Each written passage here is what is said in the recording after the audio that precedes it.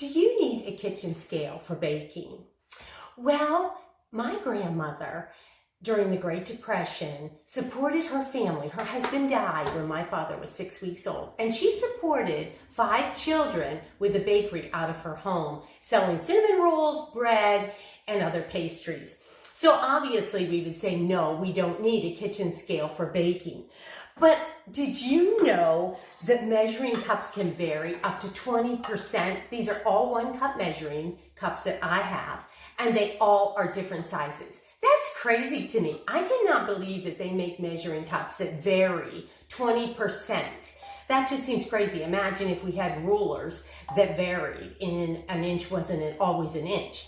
Of course, we know that how we pack the flour or dry ingredients can also make a difference, but they don't even make the measuring cups exactly the same size. This one has always been, I don't know where I got it, I've used it for years for baking. And when I got my scales, I tried it out, and sure enough, it always, never fails me, has the right amount of flour.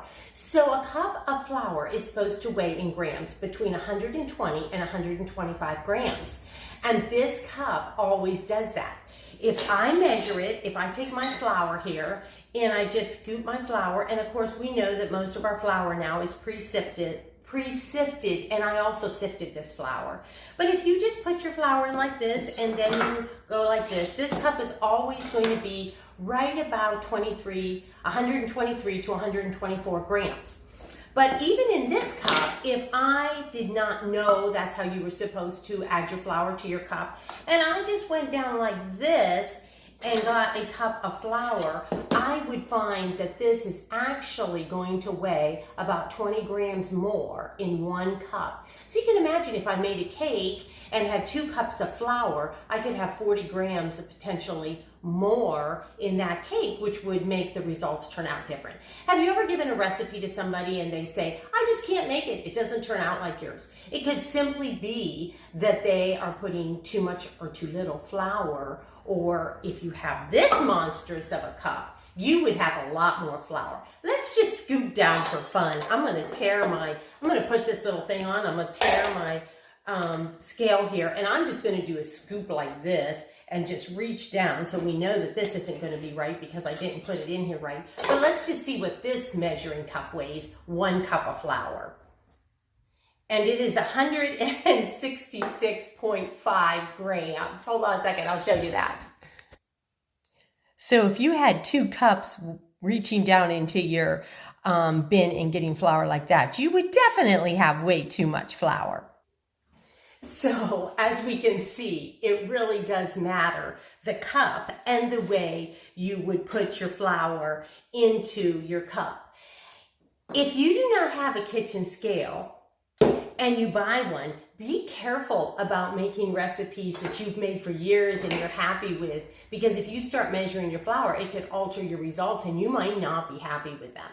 But if you get a kitchen scale and you decide, for instance, I want to start to learn how to make sourdough bread, and it gives in grams how much flour to use and how much starter to use, I think you would find a kitchen scale to be extremely beneficial.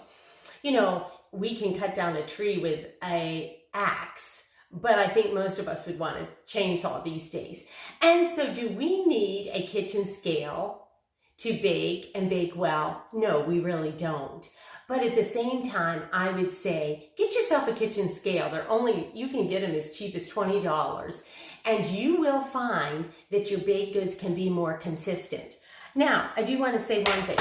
This is my old measuring cup for bread, and I make my bread and rolls with this measuring cup right here. And I'm probably not going to start weighing my flour for my bread and my rolls. I know the consistency. I know what the dough is supposed to look like and feel like.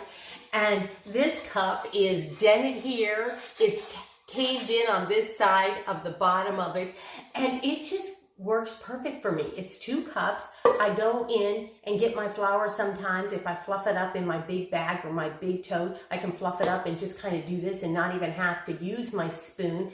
And I've just done it for so many years. I've made so many rolls, thousands of rolls and breads, that I'm probably not going to start measuring it because I'm just used to doing it this way.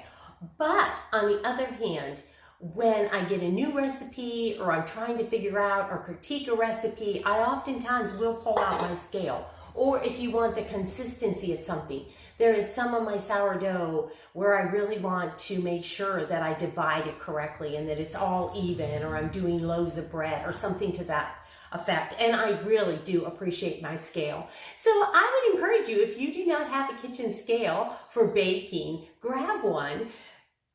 Do a little experiment on your measuring cups and see which one is the most accurate. I hope this helps you decide whether you want a kitchen scale, and I hope you have a blessed day.